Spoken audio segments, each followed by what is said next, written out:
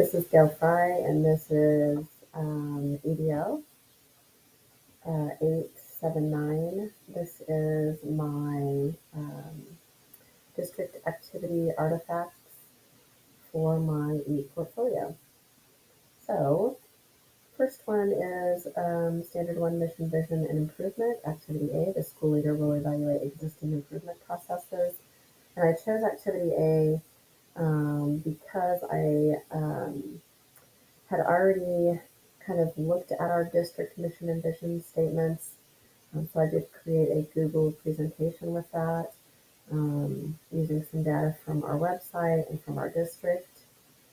My second activity is Standard 2 Ethics and Professional Norms. The school leader will engage in reflective practice as a professional norm. And here I showed you some pictures of eye observation through Marzano. I chose it because it's something that I do every day. I reflect on my teaching practices, but also because our district requires us to do a Marzano reflective plan in order to set goals for our teaching throughout the year. And so this is my growth plan for this year. And that had to be turned into our administration. Standard 4, Learning and Instruction. I chose Activity C. The school leader will interpret data from informative and summative assessments for use in educational planning. We do FastBridge across the district, which used to be Ames Web. And this is in order for us to figure out what kind of tier instruction support we're going to need for our students. And then those students that are really struggling, that we still see have some gaps, QPS helps us know where to begin to start working with them. So next one is Standard 5, Community and External Leadership. And I did show you, it says the school leader will gather information about family demographics and funds and knowledge available within the student families that can be accessed through student learning. This just kind of shows through the district, the school, the magnet school, and this school happens to be my school, and just the statistics on it, the demographics of it, that were all of our different proficiency scores. And I chose it due to the accessibility of the information regarding the Wichita Public Schools student population. The next one is Standard 7, Building Professional Capacity. That's Activity A. The school leader will observe teaching in a variety of classrooms. I chose this one because I, have many peers that I work with, and I was able to go into their classrooms. This happens to be another third grade classroom, Miss Ryberg's, and then Miss Norton's fifth grade classroom. So I was able to be in their classrooms and observe them teaching. So those are my 5 activities through district. However, I was unable to get anybody to sign off. At the end of it, I did send the ePortfolio to our HR department, to who I was told to send it to, and she told me that they could not sign off on that. So I'm not sure what the details were. That's what I was told. And so Dr. Moody is aware of that. So let me go on to my elementary activities. I did have 10 of those.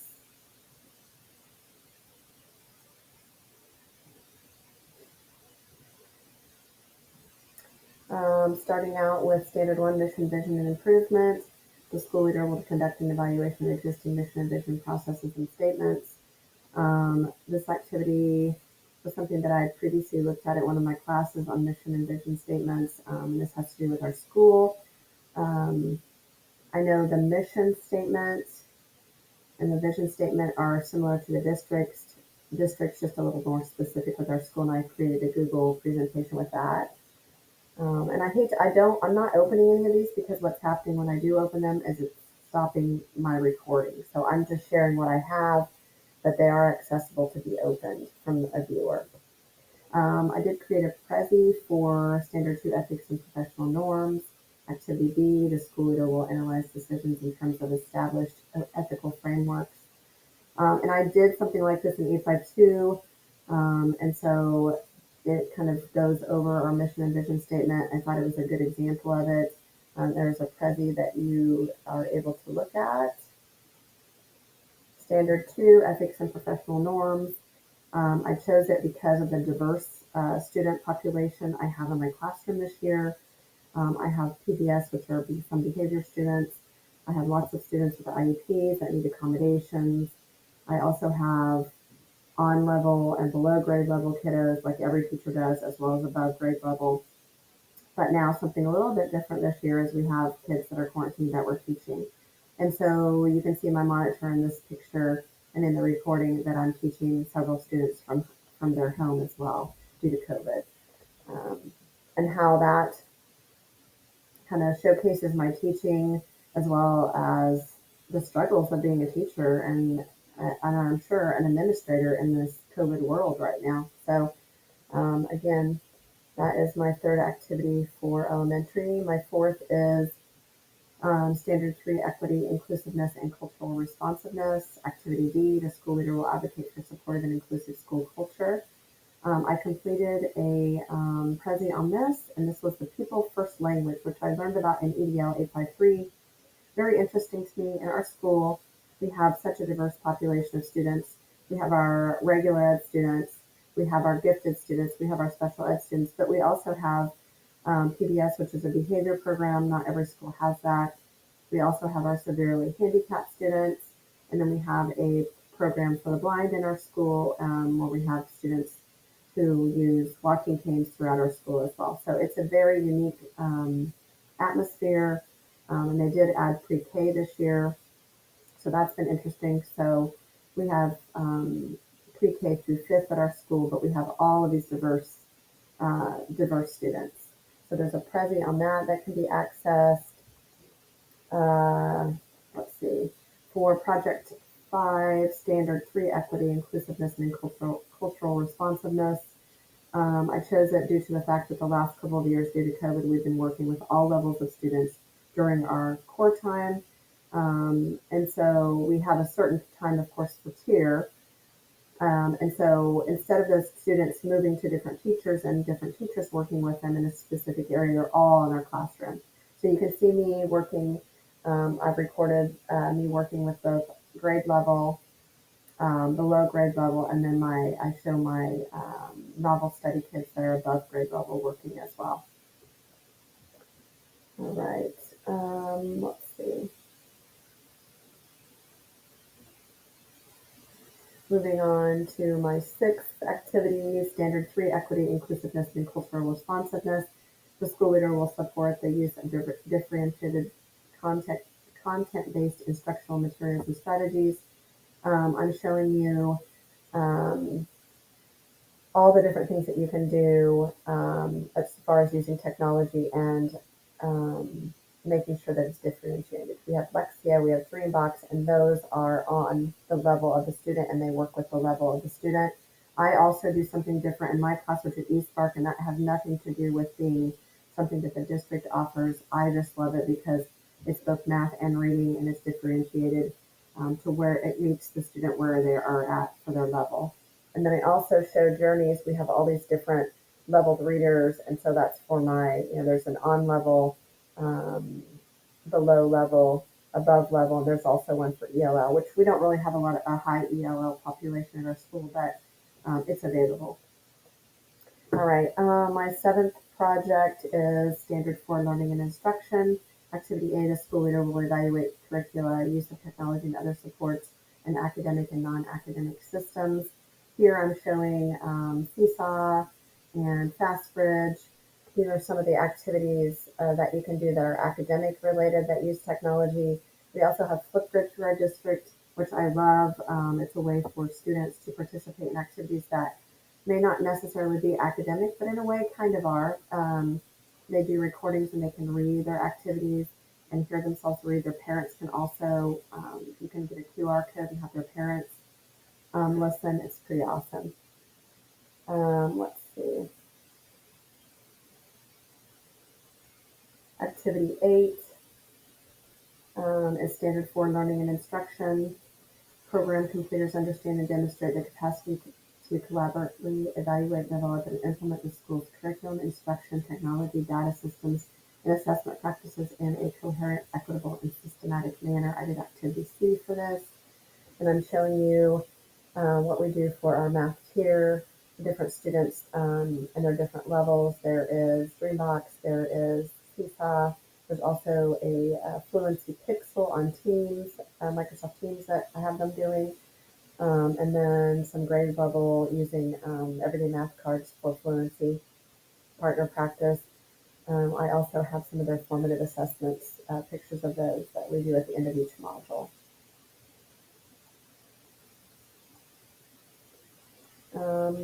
Let's see, our next activity is Standard 6 Operations and Management, and that is Activity A. The school leader will effectively evaluate situations and policies with regard to legal, ethical, and equity issues.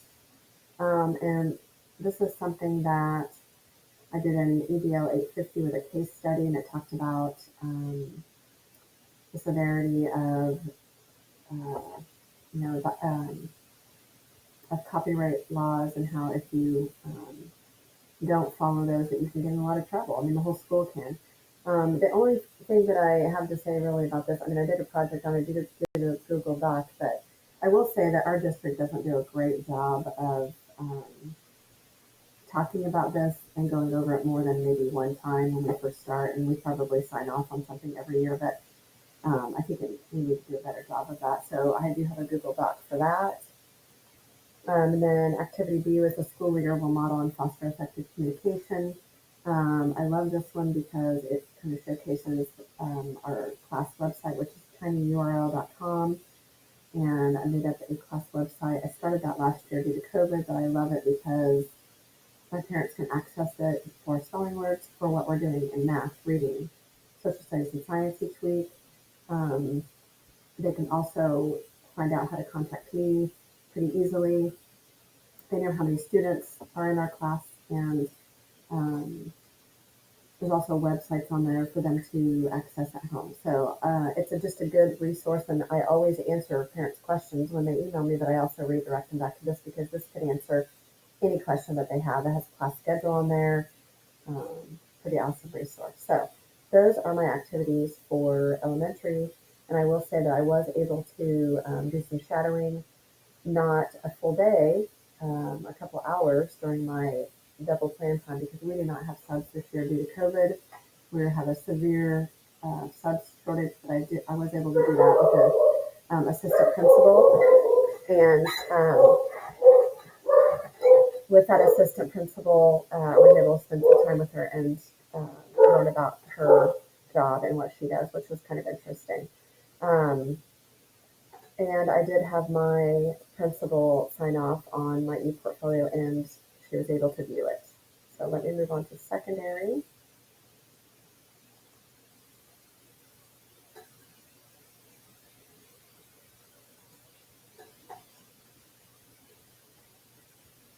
All right, my secondary activities have to do with South High School. I did contact Lisa Orsak, who used to be the academy principal for my two boys at North High School, and she's now at South.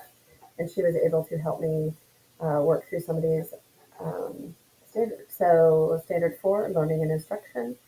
And I did do 7 of these standards for secondary. The school leader will evaluate coordination and coherence among the practices, resources, and services that support equity, digital literacy, and schools' academic and non-academic systems. Chose it because I wanted to look into South High's equity and digital citizenship.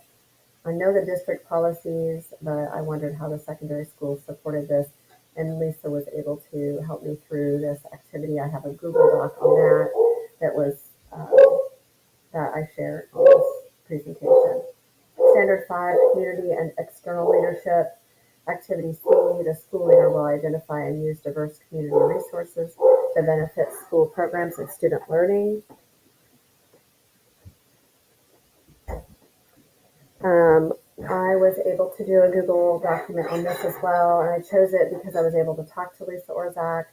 She was telling me about the diverse population for South and how they have a low socioeconomic status of families and students there, and how they deal with that. Kind of interesting, and she just gave me lots of information about how they help these students. So I have a Google Doc for that as well. Standard 5, community and external leadership. Activity B, the school leader will gather information about the policy and district context. I chose this activity because I was able to meet with the high school principal and discuss their communication policy and how it benefits their students. Loved learning that and I created a prezi for this, but liked learning about how their um, principal does daily contact with families as well as students, daily emails. They also have a newsletter. They also do rotary calls, and they have a website, and they go through the district as well for communication. So that was very interesting. It sounds like they have great communication there. Standard 6, operations and management. Um, I went ahead and created a Canva for this. Chose it because I was able to speak to Lisa Orzak, and she gave me some insight into the strategic and tactical challenges at South High. So lack of family support and involvement, low economic status, transient student population, problems with attendance, lack of parenting, lack of proper housing, lack of basic living skills, and how they deal with it. They do daily emails to students and families. They have interventional specialists who work with at-risk students. They have life skill classes for their special ed students, the parent links that go home, their phone calls, and free access to Wi-Fi, which is so important right now because when we have to, or when we have gone virtual, parents can't afford to do the Wi-Fi, so it's free through the grant that they've received. All right, next activity, standard 6, operations and management. Activity A, the school leader will evaluate resource needs. I chose it because I was able to meet with the assistant principal again. Um, she explained all the resource needs that the school has, and again, it's a low socioeconomic status school. It's in a rough part of town, and I did create another Canva for that that shows this information. Standard 7, building professional capacity. Activity A, the school leader will evaluate school's professional staff capacity needs. I completed a prezi for this, and I chose it again because I was able to talk with her and how she talked about how the district helps meet these students' needs.